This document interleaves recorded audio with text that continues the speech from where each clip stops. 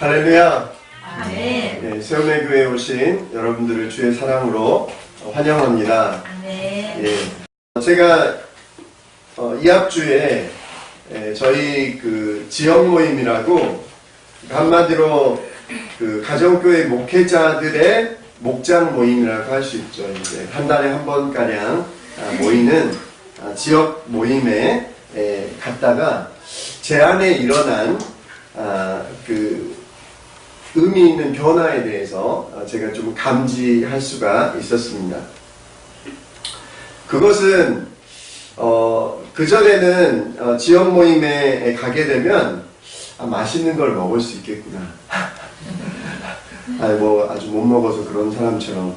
근데 하여튼 좀 맛있는 게 많았어요. 그래서 맛있는 것도 기대가 되고, 또 그곳에 가면 또 가정교회 목사님들이 들려주시는 목회에 관한 여러 이렇게 그 지혜들, 또 어떤 그런 팁들을 얻을 수 있었기 때문에 또 가는 것이 참 좋았습니다. 그래서 매번 지역 모임에 가면 귀를 어떻게 해요? 당나귀처럼 쫑긋 세워서 오늘은 또 어떤 그 도움이 될 만한 말씀을 해주시나 라고 이제 귀를 쫑긋 세우고 이렇게 이제 경청하는 그런 시간들이 있었습니다. 또 때로는 걸으면서 뭔가 목회에 대해서 또 가정교회에 대해서 이야기하는 것이 있으면 뒤따라가면서 열심히 들으려고 애썼습니다. 그랬는데 이번에 이제 지역 모임을 하는데 그 새로운 그 가정이 이렇게 있는 거예요. 새로 가정교회를 하기 위해서 방문한 이제 그 부부 가정이 있었습니다. 그래서 그분과도 잠깐 말씀을 나누고, 또 이렇게 이전에 가정교회를 하려고 지역 모임에 왔었다가 한참 뭐 2, 3년 공백기를 이렇게 가졌던 목사님 한 분이 또 오셨더라고요. 그래서 또 그분과 또 이렇게 이런저런 얘기를 나누는 시간을 가졌습니다. 그 목사님이 저에게 몇 가지를 이렇게 여쭤보셔서도 그랬지만 제 목소리가 점차적으로 커져가는 것을 볼 수가 있었습니다. 그러면서 다른 가정교회 그 선배 목회자들 앞에서 이제 식당에서 이렇게 같이 식사하면서 이 선배님들이 두 분 계시고 옆에 이제 한참 이렇게 있다가 나오신 그 목사님과 얘기를 나누면서 이거 이렇게 해야 된다고 그러면서 막 이야기하는 제 자신의 모습이 보였어요. 그래서 그 선배 그 목사님들한테 이렇게 하는 게 맞죠? 그러면서 제가 막 다른 분한테 한참 몇 년 쉬었던 분한테 열심히 이제 뭔가를 설명하고 얘기하는 게 있었어요. 이 목사님은 이제 진적 쪽에서 목회를 하고 있는 분이신데, 교회의 성장을 위해서 가정교회의 형태로 하면 교회 성장하는 것에 이렇게 좀 도움이 별로 안 되겠다라고 하는 생각 때문에 가정교회를 시작하는 것을 계속 유보하고 계시던 이제 그런 상황이었습니다. 그러면 이제 그분에게 우리는 성경적인 교회를 회복하고 세워나가야 된다라고 하는 이제 부분들을 함께 말씀하면서 간곡한 말로 권면하는 그런 일들이 있었습니다. 제가 이제 이 일들을 보면서 깨달아진 게 있었어요. 그건 뭐였냐면, 뭐든지 마찬가지겠다라는 생각이 들었어요. 뭐냐면, 무언가 그 밖으로 나오기 이전에 우리 안에 인풋이 되어야 된다라는 거예요. 뭔가 우리 안에 인풋이, 그게 어떤 내용이든지 간에 그것이 우리 안에 계속해서 인풋이 될 때 언젠가는 그것이 아웃풋되는 시점이 있더라는 것이죠. 제 안에 이제 그 가정교회가 아마 그런 예가 아닐까 싶습니다. 제 안에 몇 년 동안 정말 귀를 쫑긋하고 세워서 듣고 배우려고 했던 것이 이제는 그것에 대해서 묻는 사람에게 대답해 줄 수 있는, 그것에 대해서 이야기해 줄 수 있는 뭔가 아웃풋이 나오는 시기가 됐구나라는 이제 생각을 하게 됐습니다. 우리의 삶 속에서 뭔가 밖으로 나오기 이전에 우리는 무엇을 채울 것인가 우리는 고민해야 된다라고 생각이 됩니다. 무엇을 밖으로 내보내고 우리는 무엇을 유통하는 삶을 살아갈 것인지에 대해서 고민해야 된다라는 것입니다. 우리 장경철 그 목사님이 쓰신 축복을 유통하는 삶. 제가 이제 전에 있던 교회에서 이제 그분이 오셔서 말씀 전하시는 걸 들었었는데, 우리 그리스도인들은 무엇을 유통하는 삶을 살아야 된다? 우리 유통업자야, 유통업자. 무슨 유통업자? 하나님의 복을, 축복을 유통하는 유통업자.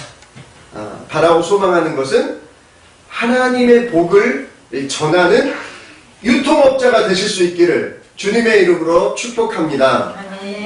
예, 오늘 말씀의 주제를 이렇게 잡았습니다. 사명은 주님께서 맡기신 임무를 완수하는 것입니다. 라고 이렇게 잡았습니다. 한번 우리 전체적으로 같이 한번 해보겠습니다. 시작! 사명은 주님께서 맡기신 임무를 완수하는 것입니다. 아멘. 예, 우리 뒤에 6분, 우리 앞에 딱 2분, 조화로워요. 예, 옆에 계신 분들하고 한번 같이 해보겠습니다. 시작! 사명은 주님께서 맡기신 임무를 완수하는 것입니다. 아멘. 예. 왜 옆에 분 보니까 좀 뭐 불편해요? 예. 오늘 이제 그 이번 주간이 여러분이 알고 계신 이제 고난 주간입니다. 예수님 우리 죄를 위해서 십자가에 고난 당하신 그 주간인데, 오늘 그 본문의 말씀에 보니까 예수께서 빌라도 앞에서 이제 신문을 받으시는 이제 그런 내용이 나오고요. 결국에는 이제 본디오 빌라도에게 사형 선고를 받게 되는 것을 볼 수가 있습니다. 이제 공간 복음서에서도 그렇고 뭐 요한 복음도 마찬가지고 1년에 그 예수님께서 이제 그 사역의 후반부로 들어가시면서 그 예수님을 모함하고 잡아 죽이려고 하는 음모가 시작이 됩니다. 그래서 이제 6월절 마지막 만찬 후에 예수님을 체포하고 빌라도에게 신문을 받으시고 마침내 사형 선고를 받으시고 결국에는 십자가에 못 박혀서 우리의 죄를 대신해서 죽으시게 되는, 돌아가시게 되는 그 일련의 과정이 나오게 되는 것을 볼 수가 있습니다. 오늘 우리가 읽었던 그 본문에 보니까 사람들이 가야바의 집에서 총독 관저로 예수를 끌고 갔다라고 이렇게 이야기합니다. 가야바는 누굽니까? 대제사장 가야바의 집에서 이제 어디로?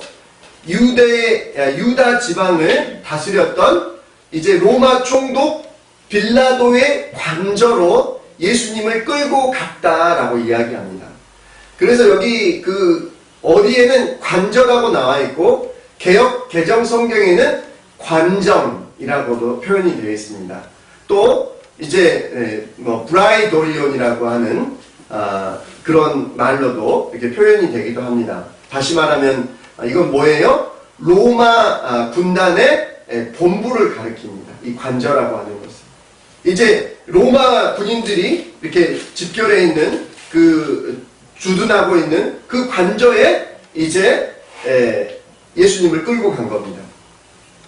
예수님의 관저로 끌고 간 때가 이른 아침이었다라고 이야기하고, 유대인들은 이 관저에 들어가지 않으려고 했어요. 왜요? 왜 그랬을까요?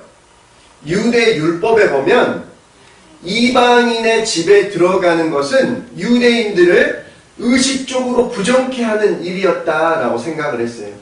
그래서 율법의 기초에서 자신들이 이 유월절을 맞이하는 것에 있어서 자신들이 부정해지는 것을 원치 않았기 때문에, 그래서 몸을 더럽히지 않고 유월절 음식을 먹기 위해서 어디 안에 들어가려고 하지 않았다는 거예요.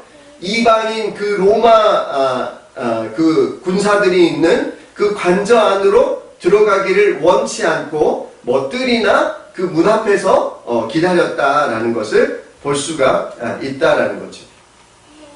마음속에는 예수님을 어떻게 하면 죽일까라고 하는 살인과 기만의 마음을 품고 있으면서도 자신들은 종교적으로 이걸 지킨다라고 하는 그런 그 약간 이중적인 그 모습들이 유대인들에게 있었다라는 거죠.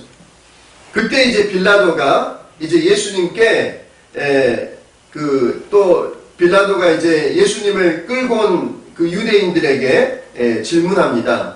그러면서 당신들이 이 사람 무슨 일로 고발하는 겁니까? 그러니까 빌라도가 예수님이 그 죄가 없다라고 하는 사형을 받으실 만한 그 죄목이 없다라는 것을 알고 있었어요? 몰랐어요? 알고 있었어요. 그런데 빌라도는 어떻게 해서 예수님을 사형 선고를 내릴 수밖에 없었던 거예요? 이제 성난 군중들이 그 유대인들이 그렇게 이야기합니다. 빌라도, 당신이 이 예수를 이 사형 집행을 하지 않는다면 당신은 이 로마에 충성을 다하지 않는 겁니다. 다시 말하면 무엇이냐면 이제 예수님이 왕이라고 했기 때문에 로마를 향하여서 반기를 든 거나 마찬가지입니다. 그렇기 때문에 이 예수님을 죽여야지만 된다라고 하는 논리를 편 겁니다. 그런데 빌라도는 어땠어요? 예수님이 사형에 해당되는 죄를 범한 일이 없다라는 것을 알고 있었어요. 또 여러 가지로 물어보면서 그런 것이 단지 유대인들의 어떤 종교적인 문제 때문에 발생했다는 것도 이미 알고 있었어요. 그런데 어떻게 했어요? 만약에 그 성난 군중들 앞에서 그것을 그 예수님을 사형을 집행하지 않는다라면 이제 마치 자신이 코너에 몰리는 위급한 상황이 되니까 그 잘못이 없는 것을 알고 있음에도 불구하고 어쩔 수 없이 사형 언도를 내리는 것을 볼 수가 있다라는 것입니다. 예수님의 그 죽음에 대해서 32절에 보니까 예수께서 자기가 어떠한 죽음으로 죽을 것인가를 암시하여 주신 말씀이 이루어졌다라고 이렇게 이야기합니다. 예수님은 어떻게 죽으실 것이다 라고 말씀했습니까? 요한복음 3장 14절에도 이렇게 이야기하고 있어요. 모세가 광야에서 뱀을 든 것 같이 인자도 들려야 한다. 무슨 의미예요? 이스라엘 백성들이 광야에서 하나님의 그 명령에 불순종함으로 말미암아서 불뱀들이 나와가지고 이스라엘 백성들을 물어 죽이기 시작했죠. 그래서 이제 그 사람들이 죽기 시작합니다. 그때 하나님께서 그 내리신 처방이 뭐였어요? 장대에다가 노뱀을 만들어서 높이 세우고 그것을 바라보는 사람마다 고침을 받게 되는 역사가 있었잖아요. 그런 것처럼 이제는 뭐예요? 누구라도 십자가에 달리신 예수 그리스도를 믿고 주로 고백하는 사람마다 구원과 영원한 생명을 받게 하시겠다라고 하는 그 구원의 놀라운 계획을 이루시기 위해서 예수님은 기꺼이 십자가를 맞이하는 모습을 우리가 볼 수 있다라는 것입니다. 이제 그 빌라도가 예수님께 묻습니다. 당신이 유대인의 왕입니까? 뭐 그런 것들을 물을 때 예수님께서 뭐라고 말씀하세요? 34절에 보니까 당신이 하는 그 말이 당신의 생각에서 나온 겁니까? 아니면 다른 사람들이 뭐 말한 겁니까? 그러니까 로마의 그 어떤 대리인으로서 봤을 때 이 사람이 반정부 성향을 보이는가, 반기를 들었는가, 아니면 단지 유대 종교 지도자들이 나름대로 그 이야기한 것을 그냥 곧대로 듣고 이야기하는 것인가를 이렇게 살핍니다. 그러면서 예수님께서 하시는 말씀은 이제 빌라도도 그랬죠. 나는 그에게서 아무런 죄도 찾지 못하였어. 그런데 이제 예수님께서 그런 얘기를 하십니다. 내 나라는 이 세상에 속한 것이 아니오. 36절에 이런 이야기를 하는데 무슨 의미일까요? 예수님께서 당신이 왕이라는데 그럼 왕이면 나라가 있을 거 아니에요. 그러니까 그 나라와 관련해서 만약에 내가 어떤 나라를 세우고 로마의 반기를 들 생각이 있었다면 만약에 내가 나의 아래에 있는 사람들을 통해서 유대 사람들의 손에 넘어가지 않게 싸웠을 거다. 하지만 내 나라는 어떤 나라다? 예수님의 관심 있는 나라는 이 땅에서의 어떤 강한 나라를 세우는 것이 아니라 하나님의 나라를 소개하는 것이 예수님의 관심이었다라는 것을 예수님께서 밝혀주시는 것을 볼 수가 있더라는 것입니다. 오늘 말씀의 주제처럼 사명은 주님께서 맡기신 임무를 완수하는 것입니다. 오늘 우리가 보았던 것처럼 이사야서 53장 6절에 있는 말씀처럼 우리는 모두 양처럼 길을 잃고 각기 제 갈 길로 흩어졌으나 주님께서 우리 모두의 죄악을 누구에게? 예수 그리스도에게 지우셨다라고 말씀하고 계신다라는 것입니다. 예수님은 무엇을 위해서 오셨다? 우리의 죄를 대속하시기 위해서, 십자가에 달리시기 위해서 예수님은 이 땅에 오셨다라고 말씀하고 계십니다.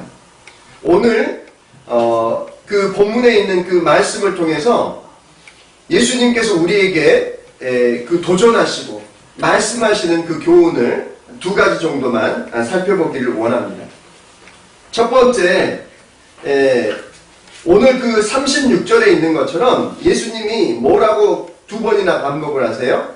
내 나라는 이 세상에 속한 것이 아니요 라고 이렇게 이야기하고 있습니다.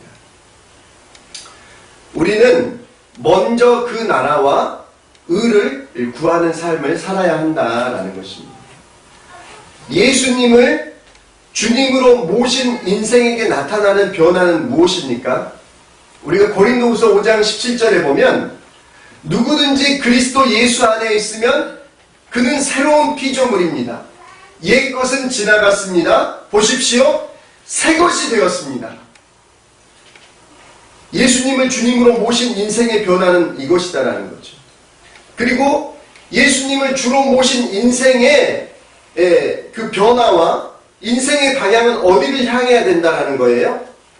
과거에는 내가 어떠한 삶을 살았든지 간에 나는 하나님의 나라와 영광을 위해서 살겠다라는 그 결단이 있게 된다는 거죠. 갈라디아서 2장 20절에 보니까 이렇게 이야기하고 있어요. 나는 그리스도와 함께 십자가에 못 박혔습니다. 이제 살고 있는 것은 내가 아닙니다. 그리스도께서 내 안에 살고 계십니다. 내가 지금 육신 안에 살고 있는 삶은 나를 사랑하셔서 나를 위하여 자기 몸을 내어주신 하나님의 아들을 믿는 믿음 안에서 살아가는 것입니다 라고 고백하고 있어요. 찬양에 보니까 이제는 나 사는 것 아니요 주 내 안에 사네 주와 함께 옛사람은 죽었네 이제는 나 사는 것 아니요 주 내 안에 사네. 아멘. 이 찬양처럼 이 갈라디아서 2장 20절 말씀을 가지고 만든 찬양이잖아요. 이전에는 내가 주인되어서 살아갔던 삶이지만 이제는 내가 사는 것이 아니라 이제 내 안에 그리스도께서 사시고 내가 살아가야 할 이유와 존재 목적이 있다라면 그것은 나를 사랑하셔서 나를 위해서 자기의 몸을 내어주신 하나님의 아들을 믿는 믿음 안에서 살아가는 것이다. 이 고백이 누구의 고백이라는 거예요? 바로 저와 여러분의 고백이 되어야 한다라는 것이죠. 아멘. 예수님께서 36절에서 이 세상에 속하지 않았다. 내 나라는 이 세상에 속한 것이 아니다 라고 하는 의미가 무엇일까요? 그것은 달리 표현하자면 내가 무엇을 먹을까? 내가 무엇을 입을까? 내가 무엇을 마실까? 우리가 생존하고 살아가는 것과 관련해서 우리가 구하는 이 세상의 것들이 전부인 인생이 아니라, 이전에는 어땠어요? 이게 전부였던 인생이었잖아요. 이것만 잘 되면 되는 인생이었잖아요. 그런데 이제는 달라졌다는 거죠. 이제는 먼저 하나님의 나라와 의를 구하는 그런 인생으로 달라졌다라는 것을 우리가 알아야 된다는 거예요. 사랑은 했지만 나라가 달랐다. 사랑은 했지만 나라가 달랐다. 이 말씀 시간에는 나라가 달랐다라는 거예요. 어떤 나라? 제자들과 많은 무리들이 원했던 나라가 있었다라는 거예요. 그 나라는 무슨 나라예요? 예수님, 이 나라를 회복할 때가 언제쯤입니까? 이 로마의 압제 가운데서 벗어나게 해서 우리를 해방하고 우리를 이 정치적인 해방을 안겨줄 그날이 과연 언제입니까? 이스라엘 백성들이 원했던 나라는 뭐예요? 이 세상에 속했던 나라예요. 이 세상에 안에서 그 뭔가 어떤 그 나타나는 그 나라의 회복을 바랬던 거예요. 그런데 예수님께서는 나라가 달랐어요. 예수님이 관심을 가졌던 나라, 예수님이 구했던 나라가 달랐어요. 예수님이 그렇게 이제 말씀하시죠. 내가 맞이해야 할 그 고난의 잔을 너희가 받을 수 있느냐라고 이야기할 때에 세베대의 그 아들들, 세베대의 그 아내가 이제 뭘 청탁을 해요? 자기 자녀들을 청탁을 합니다. 예수님께서 나중에 이렇게 좀 잘 되시면 우리 아들을 영의정, 좌의정 이렇게 자리 좀 한 자리 주세요라고 청탁을 했는데 그거를 다른 제자들이 알아버렸네. 근데 다른 제자들이 굉장히 불쾌했어요. 왜 불쾌했을까요? 자기가 먼저 청탁을 넣으려고 그랬는데 그분이 먼저 그 어머니가 가서 먼저 청탁을 넣은 거야. 그래서 굉장히 언짢아 했어요. 제자들은 예수님을 따라다니고 예수님께 그렇게 하나님의 나라에 대한 것들을 소개받고 이야기해 주셨음에도 불구하고 여전히 관심은 어디에 있었다라는 거예요? 세상에서 뭔가 하나 이렇게 해보는 거. 세상에서 한번 인정받아봤으면 좋겠다. 내가 좀 잘 나가봤으면 좋겠다라고 하는 것이 제자들의 마음속에 여전히 자리하고 있었다는 것이. 그러면 목사님, 그럼 우리는 세상에 속한 것들을 구하면 안 됩니까? 옛날에 그런 개그맨이 그런 말 했어요. 세상을 떠나거라 하여튼 그런 개그가 있었는데, 그러면 우리는 세상의 것들이나 정말 그 세상의 그 필요들을 구하지 말라는 겁니까? 아니에요. 그런데 구하지 말라는 것이 아니라 구해야 되죠. 구해야 되지만 먼저 구해야 될 하나님의 나라와 하나님의 의가 있다라는 것을 망각해서는 안 된다라는 거죠. 내가 구하는 이 세상의 나라 때문에 하나님의 나라를 잊어버려서는 안 된다는 겁니다. 나는 내가 살아가는 이유는 하나님의 나라와 그 의와 영광을 위해서 살아간다라고 하는 자신의 그 존재 목적에 대한 부분을 상실해버리고 내가 세상의 나라에 구하는 것에 몰두하게 된다면 이것은 우선순위가 달라진 것이다 라는 거죠. 그런 경우에는 어떻게 되는 거예요? 잘 되는 것 같지만 어때요? 아무리 자기가 세우려고 해도 세워지지가 않아요. 하지만 우리가 범사의 주님의 나라와 의를 구하고 살아가면 주님께서 우리를 위해서 일해 주시고 책임져 주시는 것을 우리가 경험하게 된다는 거예요. 중요한 건 뭐예요? 네가 했냐? 내가 했냐? 주님이 우리 안에 일해 주시고 역사해 주시고 도와주셔서 우리가 이렇게 된 것인가? 아니면 내가 열심히 수고하고 있었더니 이런 결과물을 얻었는가? 이 부분의 싸움이라는 거예요. 그런데 우리 그리스도인의 싸움은 뭐라는 거예요? 주님이 이처럼 우리 안에 도와주시고 이렇게 해주셨다라고 하는 것을 고백할 수 있어야 된다는 거예요. 그렇다고 해서 우리가 노력하지 않고 수고하지 않았다는 것을 의미하는 건 아니에요.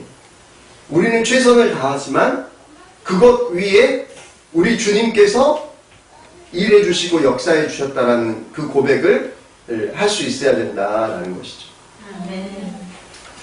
어떤 목사님이 그 바둑에서 단 한 수의 착오도 없이 그 복기를 하잖아요. 복기라는 것이 바로 이겁니다. 그 바둑이 다 끝난 다음에 그 대국을 벌렸던 그 사람들이 서로의 잘못을 되짚어 보기 위해서 처음부터 끝까지 다시 한 번씩 그거를 되돌이키면서 그걸 놔보는 거예요. 그러면 그 복기하는 작업이 하루 종일이 소요가 되고 한 250개에서 300개 가량의 돌들이 그 순서가 정확하게 놓여지게 된다는 거예요. 다시 처음부터 끝까지. 그래서 이제 한 목사님이 도대체 이게 어떻게 가능한가? 그것 때문에 이렇게 이제 그 바둑 그 전문가에게 그걸 물어볼 수 있는 기회가 있어서 물어봤다는 거예요. 물어봤더니 그분이 그런 얘기를 해주셨다는 거예요. 의미 있는 돌들을 놓으면 누가 됐든지 복기를 할 수 있다는 거예요. 아니 이거 도대체 하나하나 났는데 이거 뭐 이렇게 이게 어떻게 다 복기가 될 수 있지? 그렇지만 그 하나를 그 수를 놓을 때 이거를 놓았을 때 이게 다음에 어떻게 연결되고 무엇을 잡기 위한 전략으로 이것을 여기다 배치했는가라고 하는 그런 계획들이 있을 거 아니에요. 그렇기 때문에 그 의미 있는 돌들을 놓게 되면 누구든지 그것을 다시금 틀리지 않고 복기를 할 수 있다라는 것입니다. 그러면서 그 목사님이 그런 얘기를 하셨어요. 인생도 거대한 바둑판이다. 그래서 인생에서도 바둑판에서도 의미 있는 돌이 의미 있는 돌만 남게 되는 것처럼 우리 인생도 마찬가지다. 우리가 애쓰고 수고하고 노력하고 때로는 즐기고 그런 삶들을 살아가지만 우리가 의미 있는 돌들을 놓을 때 그것을 다시금 복귀하고 무엇보다 하나님께서 인정하시는 그 삶을 살아갈 수 있다는 거예요. 그런데 우리가 나중에는 결국에는 뭐만 남는다는 거예요. 우리가 가치 있는데 돌을 놓았던 것. 우리가 정말로 이것이 주님의 나라를 위해서 소중하다라고 생각되어지는 것에 놓았던 그 돌들. 우리가 자녀를 양육하면서 정말 이것이 가치 있다라고 생각되어지는 것에 놓았던 그 돌들. 그 돌들만 남게 된다는 거예요. 그런데 우리의 열심이 정말 그 의미 있는 돌을 놓는 것이 아니라 그냥 있어도 되고 없어도 되는 그냥 별로 생각지 않는 어떤 그런 돌들이었다면 그것은 결코 우리에게 남지 않는다 라는 거죠. 바라고 소망하는 것은 우리 성도님들이 정말 먼저 그 나라에 돌을 놓는, 먼저 그 나라와 하나님의 의를 구하는데 돌을 놓을 수 있는 여러분들이 되실 수 있기를 주님의 이름으로 축복합니다.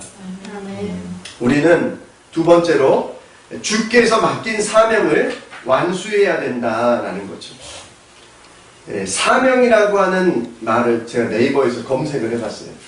뭐라고 나오냐면 사명은 첫 번째는 맡겨진 임무, 두 번째는 사신이나 사절이 받은 명령, 그렇게 나오더라고요. 의미가.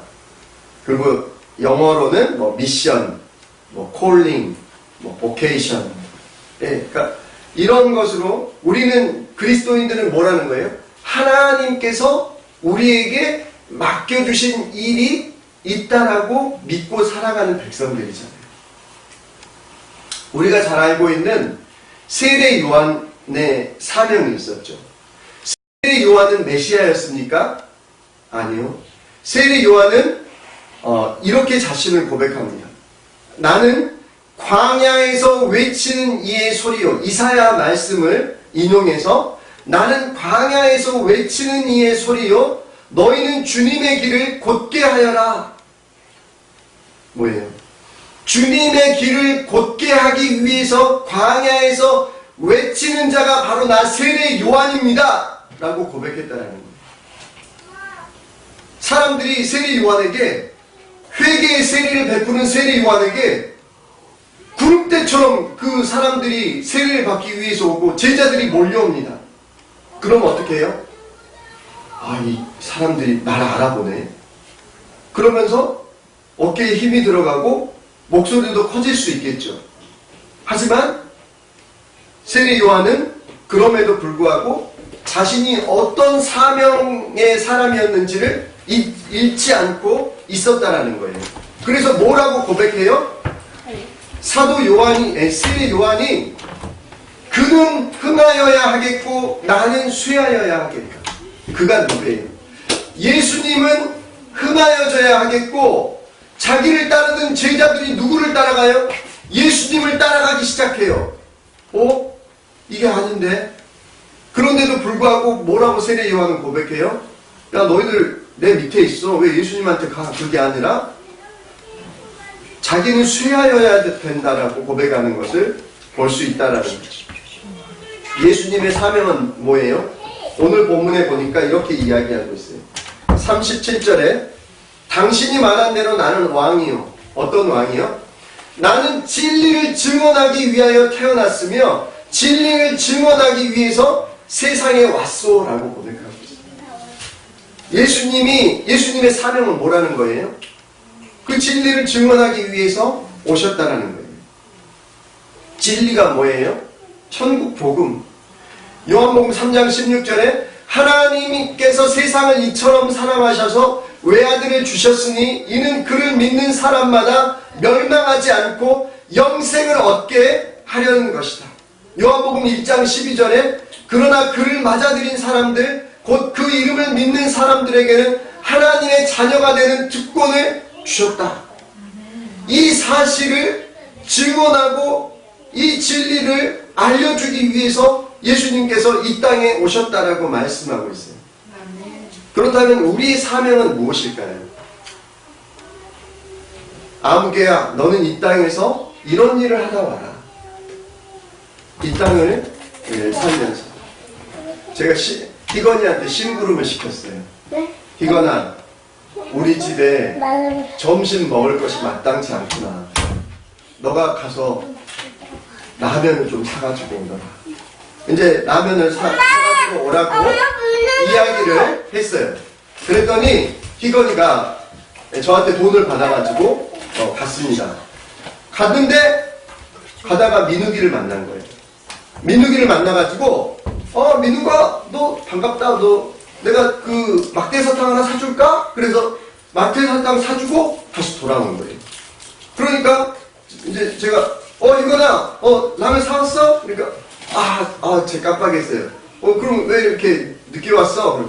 그럼 제가 민욱이를 만나가지고 민욱이 막대사탕 사주라고 제가 그랬어요. 그러니까 너 동생도 이렇게 잘 돌보고 친절하구나. 그러면서 칭찬해주고 다시 가서 라면 사와라. 그랬어요. 그랬더니 희건이가 또 이렇게 갔어요. 나갔는데 이렇게 현이 엄마가 이렇게 애들하고 이렇게 막 같이 놀고 있는데 이게 막 유리가 막 자고 막 찡찡거리니까 현이가 은이랑 같이 놀아준 거야. 그래서 은이랑 놀다가 이렇게 막 뭐 무거운 거 있으니까 들여다 주고 이렇게 도와주고 이렇게 딱 들어온 거야. 그래서 희건아 라면 사왔냐? 저 깜빡했어요. 라면 못 샀어요. 그럼 이제 어떻게 되는 거예요? 야, 희건아, 너 정말 은이랑 같이 놀아도 주고 무거운 거 좀 같이 들어도 주고 너 정말 친절하고 착하구나 라고 하면서 칭찬을 해요. 하지만 뭘 심부름 보낸 거예요? 무슨 심부름을 보낸 거예요? 라면 사오라고 했잖아. 라면 사라고 했더니 막대사탕 사주고 뭐 무거운 거 들여다 주고. 하나님께서 이 땅에서 야 너희 그 잃어버린 영혼들에게 예수님의 사랑을 전하고 너 그러게 하고 그거 해라 라고 이렇게 부탁하셨는데, 배고픈 사람들이 있어서 제가 밥 많이 해주고 왔어요. 제가 막 그 사람들, 어려운 사람들 막 많이 도와주고 왔어요. 도와준 거 좋아. 근데 너 복음 전했냐? 깜빡했네 제가. 그럴 수 있다는 거예요. 하나님께서 우리에게 뭘 시키셨냐는 거예요. 심부름을 시킨 목적이 있다는 거예요. 우리가 이 땅에서 살아가면서 너 이거 하다 와라 라고 부탁하신 게 있다는 거예요. 그런데 그것을 잊어버리면 뭐예요? 그러면 이게 안 된다는 거죠.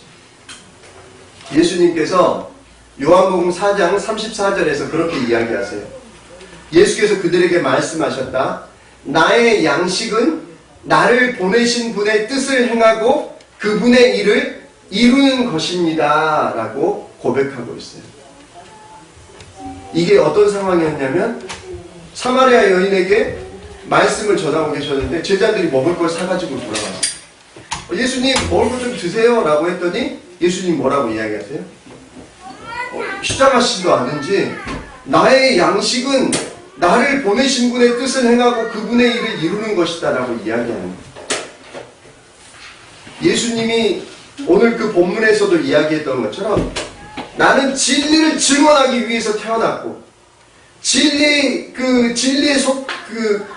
증언하기 위해서 세상에 왔다라고 고백하는 것처럼 우리가 이 세상에서 주님께서 우리에게 어떤 사명을 부탁하셨고 우리가 무엇을 위해서 이 땅을 살아가고 있는지를 우리는 기억하고 그것을 정확하게 완수하고 수행할 때 잘했다라고 하는 칭찬을 받게 될 줄로 믿습니다.